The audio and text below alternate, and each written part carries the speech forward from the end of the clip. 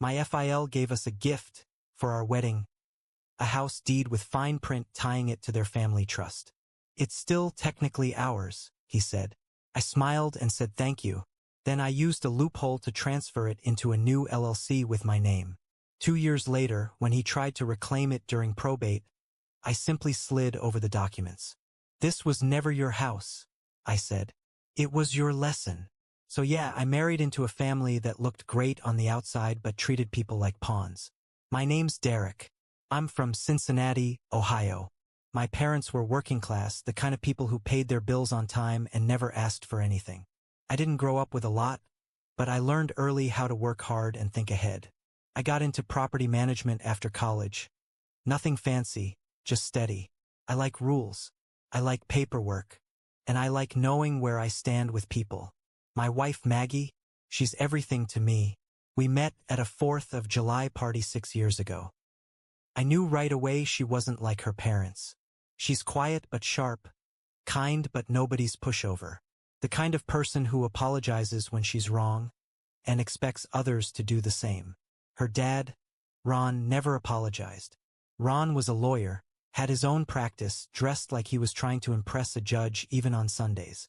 He talked like a man who wanted to be feared more than liked. His wife, June, just nodded along with whatever he said. They weren't bad people, not on the surface. They did things that looked generous. They just made sure you knew they were doing you a favor. When Maggie and I got engaged, Ron didn't say congratulations right away. He just stared at me across his kitchen island and asked what I earned. Not how I felt about his daughter. Not if I planned to make her happy. Just what I brought to the table. I should have known then. At our wedding, Ron gave a toast. It was the kind of speech where he made jokes about how expensive daughters are. Everyone laughed politely. Then he brought out a sealed envelope and handed it to us in front of everyone. This, he said, holding it like a game show prize, is the deed to your new home. The crowd clapped. Maggie cried. I kept my smile steady. After the toast, Ron leaned in to whisper. It's tied to the family trust. Just for protection. Still yours to enjoy. You know, ours, technically. That word. Ours. I stayed polite. I shook his hand. I thanked him. Then I went home, opened that envelope, and read every single word of that deed. He gifted us the house, sure. But there were clauses, sneaky ones. The property was technically under the Ron E. Harwell Family Trust. He had the right to reclaim the asset in the event of major familial dispute or estate dissolution. It sounded harmless. It was meant to sound harmless. But I knew better. I work in property. I've seen people lose everything over one missed detail. I wasn't about to be one of them. So I started digging. Quietly. Turns out there was a small line in the deed's legalese that gave the current occupant certain rights if improvements were made without reimbursement from the trust.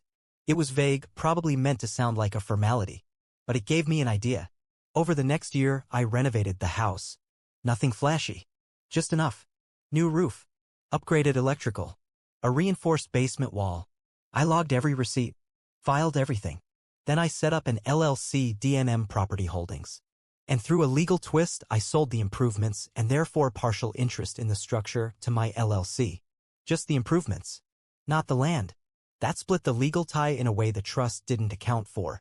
A year later, I bought out the remaining interest from myself. It was messy on paper but airtight legally. The house was now owned fully by my LLC. 2 years later, Ron had a heart attack. During probate, Maggie and I showed up with the other family members. June looked lost. Maggie tried to help where she could. I kept quiet. Then his estate lawyer started talking about the house. Said it needed to revert to the trust per the clause in the deed. I didn't flinch. I reached into my bag and pulled out a folder. I slid it across the table. Inside was the chain of ownership. The paperwork showing how the house had been legally transferred through loopholes Ron himself had left open. The lawyer flipped through it. His face went pale. June didn't say a word. Maggie just looked at me. Then I said it clear as I could, this was never your house. It was your lesson. After that day, I figured it was done. I didn't expect anyone to thank me, but I thought they'd leave us alone. I was wrong.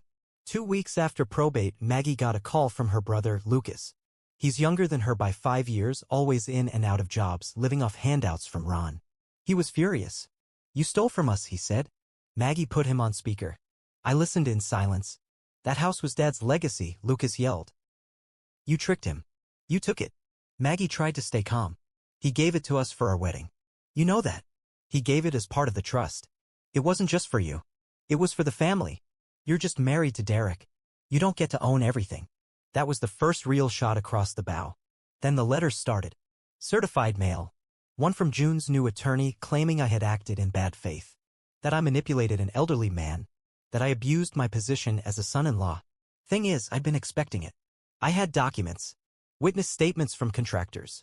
A paper trail showing the timeline of every improvement, every filing, every single penny spent out of our personal account. I sent back copies through my lawyer. Not once did we breach the deed. We just worked the gaps. Then June showed up at the house. It was a Wednesday morning. Maggie was at work. I was on a Zoom call when I saw her standing at the front door through the Ring camera. I stepped outside. She looked tired. Not in the sad way. In the bitter, worn-down kind of way. She stared at the siding, the new gutters, the painted door. You planned this, she said. I didn't deny it. Ron was trying to protect his legacy. He was trying to control Maggie, I said. Even from the grave. She didn't argue. Just said, you ruined this family. I looked at her. Really looked at her. No, Ron did that. I just made sure he didn't take us down with him. She left without another word. But things didn't die down. Lucas filed a civil suit 3 months later. Claimed undue influence. Said I manipulated Ron when he was vulnerable. Tried to drag my name through the mud. Even brought up old college roommates to say I'd always been calculating. They didn't realize I'd kept records for everything.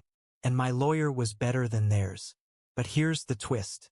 One day, Maggie found something in a shoebox in the back of her parents' closet. Old financial records, and a handwritten note. It was Ron's, and it wasn't just about the house. The note was folded between faded tax returns and copies of old wills. Maggie found it in a shoebox marked Spring 2001, stuffed behind dusty Christmas decorations in her mom's attic. We wouldn't have even gone up there if she hadn't been looking for childhood photos to show our daughter. The handwriting was unmistakably Ron's, tight, slanted to the right, like every word was in a rush. It read, if things go wrong, the house in Indian Hill should go to Maggie, not the trust. June doesn't understand real estate. Lucas won't make it. Maggie's the only one who could hold it. Deed can't reflect this, too much legal risk. But if she's smart, she'll figure it out. We stared at the note in silence. It was dated 5 years before our wedding. Ron knew. He knew his trust could backfire. He just didn't want to admit it out loud. He wanted the control, but also a backup plan. One he never told anyone about, not even Maggie. It should have changed everything. But it didn't. We brought the note to the lawyer handling the lawsuit. He said it wasn't legally binding. Too vague, too informal. Good for a story, not a courtroom. Lucas didn't care. He doubled down. He started digging into my past. Claimed I had insider knowledge of real estate loopholes and used them for fraud. He tried to subpoena my business records. Even sent a letter to one of my contractors asking if I'd ever pressured him to falsify a renovation date. Then one night, our daughter woke up crying. Said someone had been knocking on her window. We checked the cameras. Black SUV. Couldn't see the plates. I called the police. Filed a report. Nothing came of it. But Maggie looked at me and said, we need to end this. I agreed. But not the way she meant. I started my own digging. And I found out something about Lucas. He'd been taking cash from the trust for years. Little payments labeled consulting, even though he hadn't held a steady job since 2017. Ron had kept it quiet, probably ashamed. Maybe trying to fix his son by paying him off. But now that Ron was gone, the payments had stopped. Lucas wasn't mad about the house. He was scared. Desperate. Probably broke. I handed the documents to my lawyer. But before we could file anything, Lucas made a move I didn't see coming. He broke into our old storage unit. The one where I kept boxes from our first apartment. My office backups. Even some paper trails from when I'd first started the LLC. And he stole files. Only he didn't realize one box had a GPS tracker. I called the cops. But I didn't stop there. I followed the GPS ping from the tracker to a cheap rental storage unit across town, some rundown place off Route 50, barely monitored, just a keypad gate and a few dusty cameras. I didn't go in right away. I waited in my car across the street and called the police. When they arrived, I handed them the paperwork, the tracker proof, the missing documents list, the camera footage from the unit we rented. It was enough. Inside the unit, they found the boxes. Lucas had broken them open, looking for something he could use. He'd circled things in red pen, highlighted parts of contracts. But he didn't understand half of what he was reading. They arrested him for theft and unlawful entry. That should have been the end. But it wasn't. At the hearing, Lucas's attorney made one last play. Claimed I manipulated Ron, exploited a grieving, aging man, and used legal tricks to take the house. Said Maggie and I had conspired to steal from the trust. And that's when Maggie stood up. She asked the judge if she could speak. She told the story, her story. How her father had used money to control people. How he tried to dress manipulation as protection. She told them about the note she found, Ron's own words. She said, "He didn't trust my brother. He barely trusted me. But he gave us this house with conditions because that's who he was. My husband didn't trick him. He saved us from a man who never gave anything without expecting to pull the strings." The courtroom was silent. Even the judge just nodded slowly. The lawsuit was dismissed. Lucas was hit with fines and a restraining order. But it didn't feel like a win. Maggie was different after that. She stopped talking to her mother. Didn't even go to Christmas. June sent cards but never called. The family fractured and never came back together.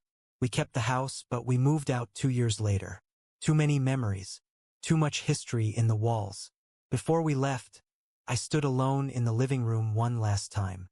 I thought about everything, Ron's games, the lawsuits, Lucas breaking into our life. And I thought about what I did. I had planned it. I had used the loopholes. I didn't manipulate Ron. But I didn't tell him either. I saw the opportunity and took it. Because I knew people like him. I knew they never give anything without a hook. So I built scissors. And I cut the line. Before I left, I taped a copy of the original deed and the LLC transfer paperwork to the inside of the kitchen cabinet. Just in case anyone ever came looking. On it I wrote, "You thought this house was your legacy. It wasn't. It was your leash." And I broke it. We never heard from Lucas again. But sometimes late at night when I hear a knock at the door, I still wonder. Not if I did the right thing, but if Maggie ever forgave me for doing it my way. Because revenge doesn't always feel like justice. Sometimes it just feels like silence.